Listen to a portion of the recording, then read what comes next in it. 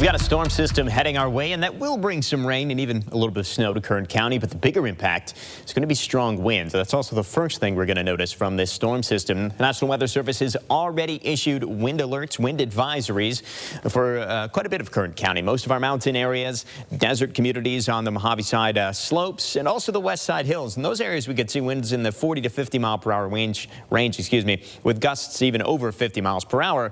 Here in the valley, the south end of the valley, we are not under that wind advisory, but we are still expecting some strong winds. So let's put the winds forward into time. By tomorrow morning, not widespread, but we're starting to see, especially in the South Mountains, those winds picking up. As we get into the afternoon hours, those winds will become more widespread. Still strongest winds likely in the South Mountains. These red shaded areas could very well be looking at winds in that 40 to 50 mile per hour range with gusts over 50 miles per hour, not out of the question. Now, this model is bringing winds in the valley between about 20 and 30 miles per hour. I think that's actually a little on the low side. I think we're looking at gusts for the south end of the valley, Bakersfield, Arvin, 30 to 40 miles per hour, and we could even see some isolated gusts over 40 miles per hour. So it's going to be windy tomorrow. Things like tree damage, some blowing dust, power outages, definitely not out of the question tomorrow afternoon into tomorrow evening. Winds will die down as we head into tomorrow night, later tomorrow night. Overnight tonight, fairly mild. That should keep our fog chances a little bit lower. The clouds in the sky are going to be staying with us both tonight and into the day tomorrow. Those gusty winds will also give us some warmer temperatures here in the valley. Some readings right around the 70-degree mark, definitely possible for the south end of the valley tomorrow. A little bit cooler up in the mountains with highs in the 50s. Let's get into the extended forecast here, looking at Futurecast.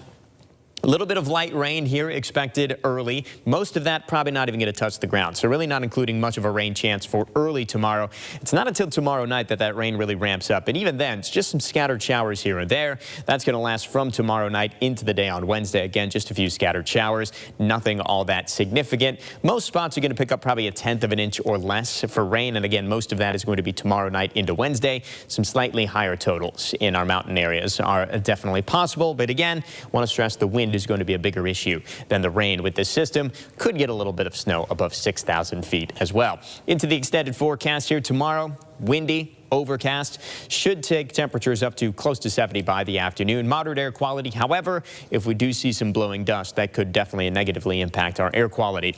Into Wednesday, a little bit cooler with those scattered showers here and there. Clearing as we head into Thursday, Friday, and into Valentine's Day.